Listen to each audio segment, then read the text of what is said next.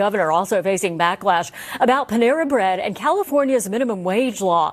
NBC4 chief political reporter Conan Nolan asked him about it during a one-on-one interview that you will see here for the first time and only on NBC4. Conan joins us now live from our newsroom. Conan. That's right. Well, first, the clock is ticking for the governor of California, who was in San Fernando today, touting his effort to build facilities for the mentally ill. The governor has argued for Proposition 1, a $6.4 billion bond issue, is what he calls a game changer in the effort against chronic homelessness. But while the ballot measure has been the governor's priority, his efforts have been diverted by that controversy you mentioned, Kathy, involving the state's new minimum wage law for fast food workers. Hello, family. Welcome back to another episode of Journey to Harmony. I'm your host, Richard Harmon. Today, we want to come to you and follow up on a story that we talked about last week. Gavin Newsom has recently signed into law a wage hike for fast food workers. Every restaurant in California has to pay their workers at least $20 per hour. We saw as Pizza Hut laid off 1,200 of their drivers. And then now there's a controversy because one of Gavin Newsom's biggest donor owns I think 24 or so Panera Breads, and there was a clause that was placed in the law that stated if you sold bread or if you were a bakery, you do not have to have that wage hike. So there's a lot of controversy to saying that this is some backdoor dealing. Gavin Newsom is benefiting those who have given him money, and he is now dealing with these particular issues. We'll go ahead and watch this video, talk about it just after that. If it's your first time joining, please hit that like button. Consider subscribing to the channel, and here we go. Friend of Gavin Newsom who doesn't have to pay the $20 an hour minimum wage. But it turns out, A, it's not true. He never talked to me about it, period, full stop. So it's an absurd story. He didn't have to talk to you about it. There were some discussions around bakeries and this and that, but in relationship to this story, it's absurd. It's a coincidence that that this new minimum wage law did not impact a campaign contributor of yours. It does impact. The Restaurant Association just came out with a statement saying it does impact.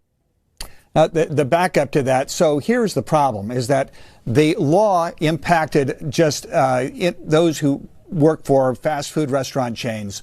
There was a provision in it that singled out those who make standalone bread products, bakery products, and that it appeared, according to Bloomberg News, who did a deep dive into it, to have helped the governor's friend, a guy named Greg Floyd, who is runs 24 different Panera Bread restaurants in California.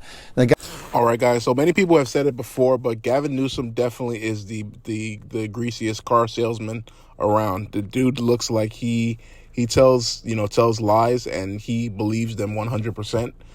Anybody else who's watching this would definitely know and see for a fact that there was obviously a reason why this particular clause was put in place, and why exactly, out of all the products, out of all the things in the world, why would someone add bakeries into that particular mold?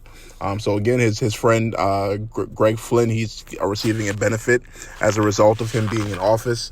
Greg Flynn previously donated $100,000 when Gavin Newsom was facing a recall.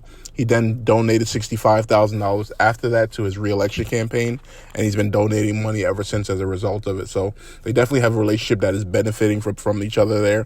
Gavin Newsom, again, is on his way and interested in possibly running for election if Joe Biden were to stand down in 2024. Michelle Obama has recently announced that she has no intent on running for 2024. So it's either going to be Joe Biden or will be Gavin Newsom. What happens this year, we'll wait and see. California is suffering under the weight of a lot of the products and a lot of the decisions that Gavin Newsom has made. The state of California has gone 60 years prior to the last 3 years, 60 years straight of having positive net inflows. And for the last 2 or 3 years, everyone is leaving for the most part. People are leaving in droves for the first time in 60 years. A lot of the policies that Gavin Newsom has championed have backfired. Retail theft is out of control. The state is facing a huge $68 billion deficit, as a lot of the tax dollars have left and gone to Texas, has gone to Florida, has gone to North Carolina and other states like that, Las Vegas and Nevada. This is an issue that California is going to face for a while, and the worse that it gets, the more businesses are going to pack up and leave. But Gavin Newsom is here, and he believes there's nothing wrong. What are your thoughts? Please comment below. Like, share, and subscribe. Thank you so much for joining. Have a good day.